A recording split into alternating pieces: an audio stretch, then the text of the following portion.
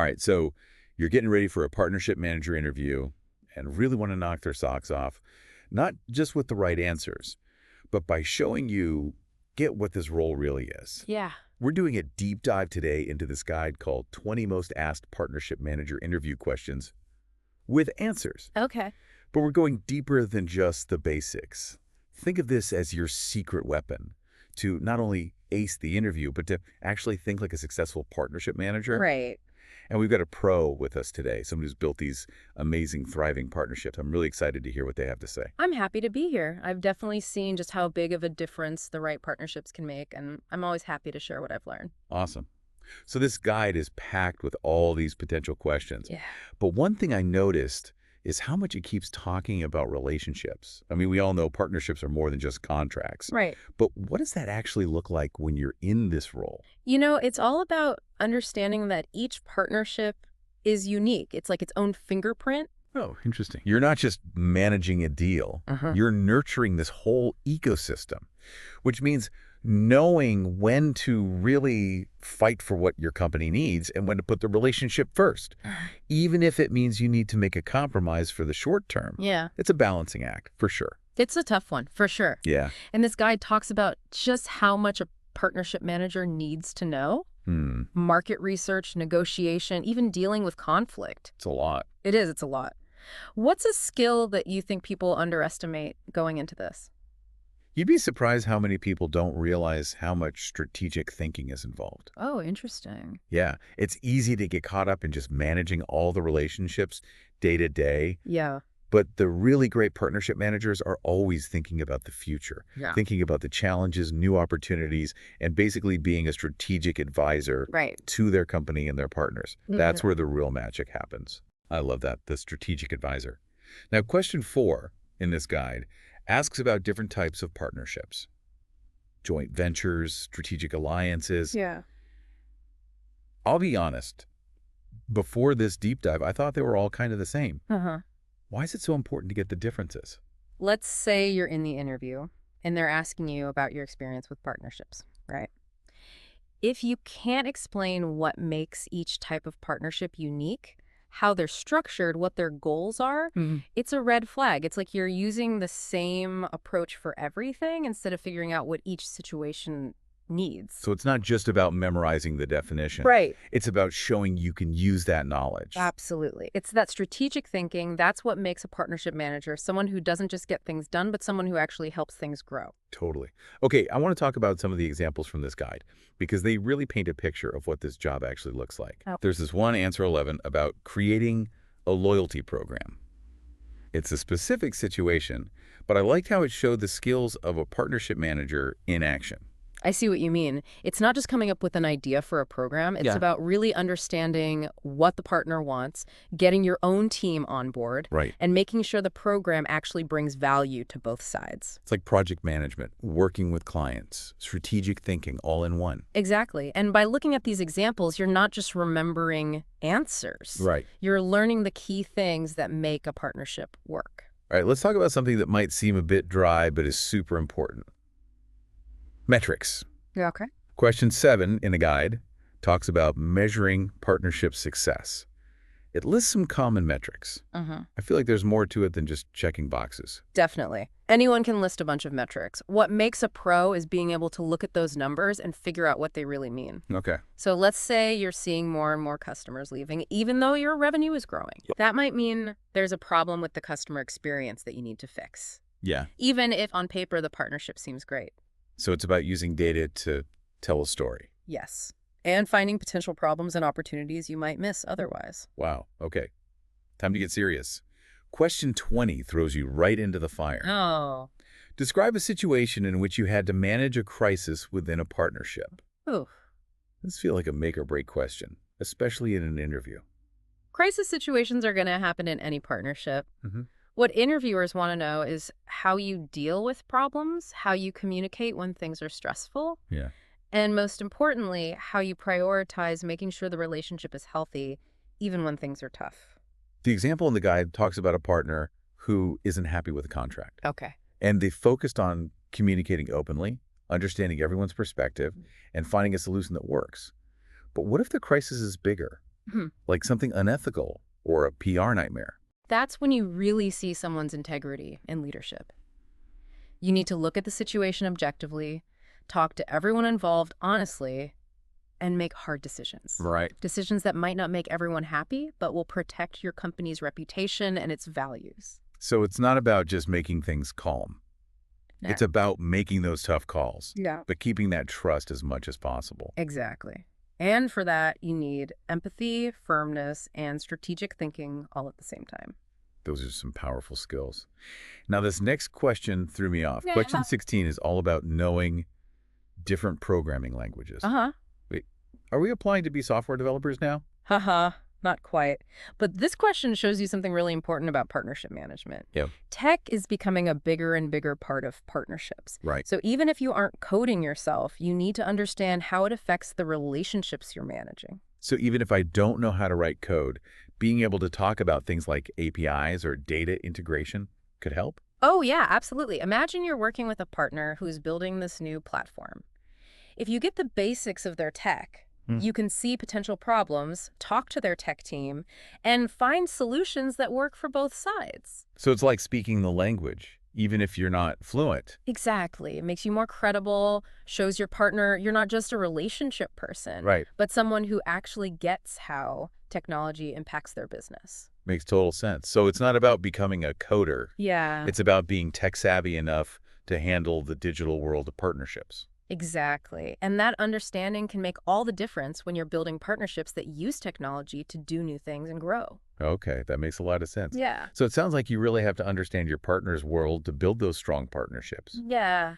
This guy talks about researching their business, but how do you go beyond just the surface level stuff to really know what they're all about? You got to get out of the office and into their shoes. Huh? Imagine you're partnering with a company that makes sustainable clothing. Okay. Don't just read their website.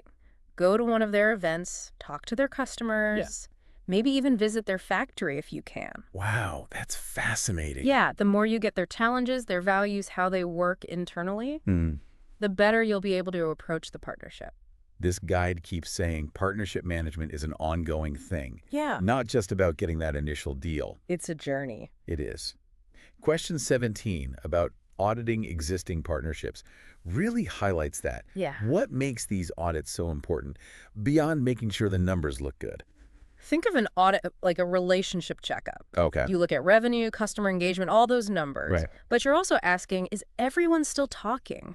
Yeah. Are they excited about working together? It's like checking on the emotions of the partnership. Exactly. And that's where the really good partnership managers stand out. Yeah. They can feel those little changes in the relationship and address them before they become big problems. Okay, let's talk about the question I think makes everyone nervous. Oh, yeah. Which one? Question 18. There's a discrepancy in one of your reports. How do you handle it?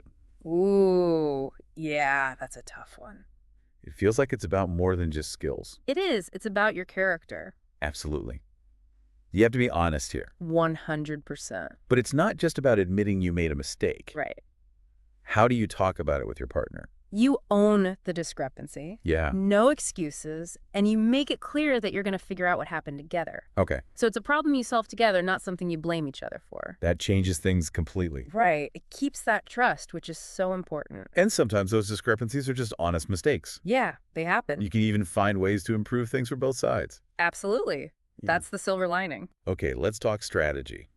Question 19 is about maintaining those long-term relationships with partners. Yeah, the real deal. We all want those partnerships that go beyond the contract and become something really special. It's like the difference between a fling and a marriage. Right. You got to put in the effort. It takes work, attention, and wanting to see the other person succeed. Communication and trust are key, the guide says. But what else have you seen that makes a partnership last? Always look for ways to give more than what's in the contract. Okay. Maybe share a report that's relevant to their industry, connect them with someone in your network. I like that. You know, those little things show you're not just there for yourself. It shows you want them to do well. Exactly, and that builds a strong foundation for the relationship. Okay, get ready. We're going into crisis mode. Uh-oh. Question 20. Describe a situation in which you had to manage a crisis within a partnership. Classic. This is where you see what kind of leader someone is. It really is. Crises happen. It's how you deal with them that matters. The guide has an example, but let's make it real. What if it's not just a contract issue? What if it's something that could really hurt your company's reputation? That's the big leagues. How do you make decisions in those situations? First, get all the facts. Yeah. Don't jump to conclusions based on rumors. Then, get the right people involved. Internally. Legal, PR, senior management, whoever you need. Sounds like communication is key, both within your company and with the partner. Absolutely. Be honest with your partner about what you know and what you're doing, even if it's tough. And sometimes you have to walk away from the partnership. Yeah. Even if it costs you money, if it's doing too much damage. It's about protecting your values and your reputation. Yeah. And you know what? Handling a crisis well, even if the partnership ends, can actually make your reputation better. Oh, interesting. People remember those who do the right thing, even when it's hard. What about people getting ready for a partnership manager interview?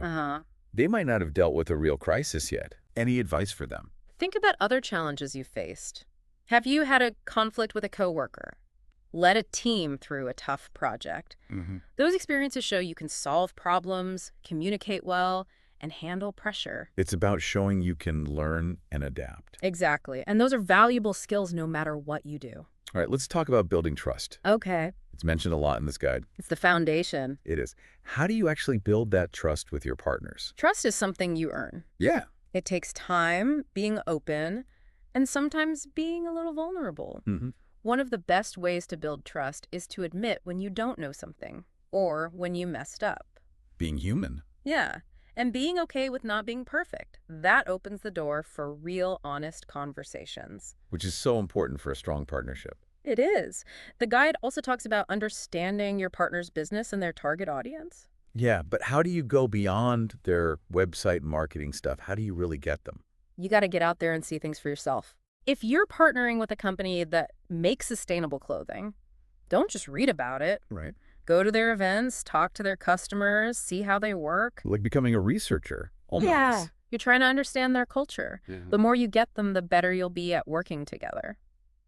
Let's talk about something that can be tough for people new to this. Negotiation. Oh, yeah, that's a big one. What are some good ways to approach negotiation so everyone wins? Negotiation is an art. It takes preparation, strategy, and knowing how to read people. Yeah. The best way is to focus on making things better for both sides. So it's not about one side winning and the other losing. No, it's about working together to make the pie bigger for everyone. I love that.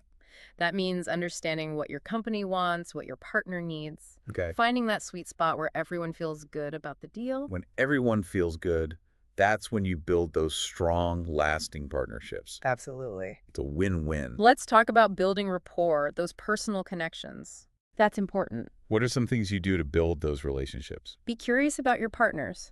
Yeah. Ask them about their work, what they're interested in, their life outside of work. People love to talk about themselves, and it shows you care about them as a person. So it's about building those connections that go beyond just business. Exactly. It makes a huge difference when things get tough. For sure.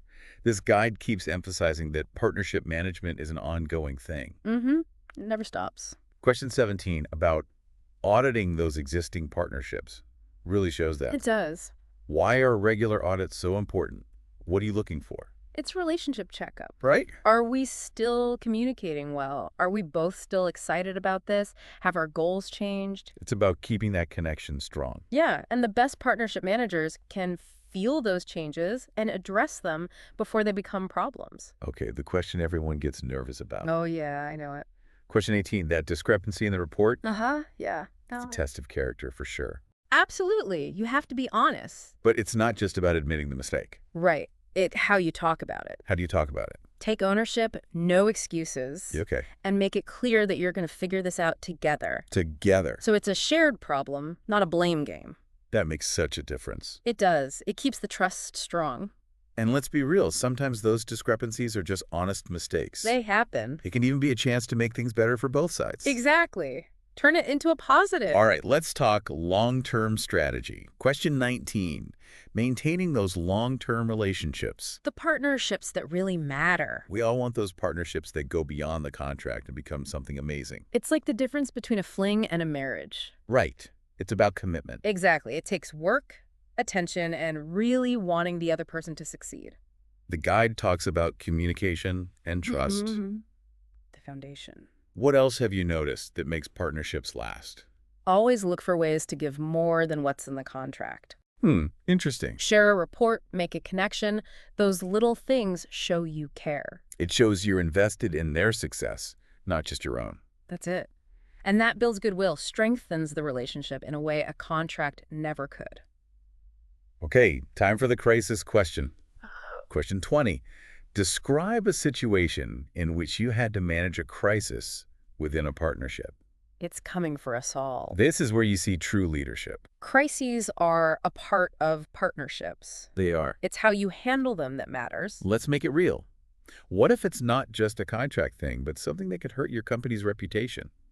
Like a product recall. Oh, wow, yeah. What do you do? Get all the facts. Yeah, don't panic. Exactly. Then get the right people involved internally. Mhm. Legal, PR, your bosses. Communication is key, both inside and outside the company. Yes. Be transparent with your partner, even when it's tough. It's hard but important. It is. And sometimes the hardest thing is walking away from the partnership. Yeah. Even if it hurts financially, if it's damaging your reputation. You have to protect your values. And you know what? Even if the partnership ends, handling a crisis well can make your reputation better. It shows integrity. Exactly. People remember that.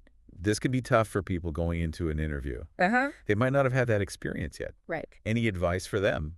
Think about other tough situations you've been in. Okay. Conflicts at work, difficult projects. Right. Those show you can solve problems, communicate, and handle the pressure. It's about showing you can handle whatever comes your way. Exactly. Yeah. And that's valuable everywhere. I love that. Wow, we've really covered a lot about what it takes to be a great partnership manager. It's about so much more than just knowing the right answers, isn't it? It really is. It's about having the right mindset, the strategies, those subtle skills that really make you stand out. Exactly. I hope this has been helpful for anyone getting ready for those interviews. I hope so too. It's always great to share what I've learned. Now, I want to ask you something that the guide doesn't really talk about. What's the most rewarding thing about this job for you? What makes you excited to come to work? You know, for me, it's seeing what happens when a partnership really works. When you bring two companies together and they just click and they achieve something amazing that neither could have done alone. Yeah, it's got to feel good. It does. It's about making things happen, opening up new possibilities. You're like an architect, building something new. That's a great way to put it. You're building growth, innovation, sometimes even shaking up a whole industry. Before we wrap up, I want to go back to something you said earlier about staying curious. What are some ways people just starting out in this field can keep learning and growing? Read everything you can. Blogs, books, articles about successful partnerships. Go to conferences, talk to other people in this field. Yeah, network. Exactly. Yeah. And don't be afraid to reach out to people you admire. Maybe ask for an informational interview. It's all about being a student, always learning. Absolutely. And don't be afraid to try new things, experiment a little, even make mistakes. That's how you learn. So for all those future partnership masters out there, remember, it's not just about the interview. It's about the journey. It's about constantly learning and growing. And having fun along the way. It's a challenging job, but it's also so rewarding. When you're passionate about building connections and making things work for everyone, it shows. And that's what makes all the difference. Well, that's a wrap on our deep dive into partnership manager insights. Thanks for joining us. My pleasure. Keep diving deep.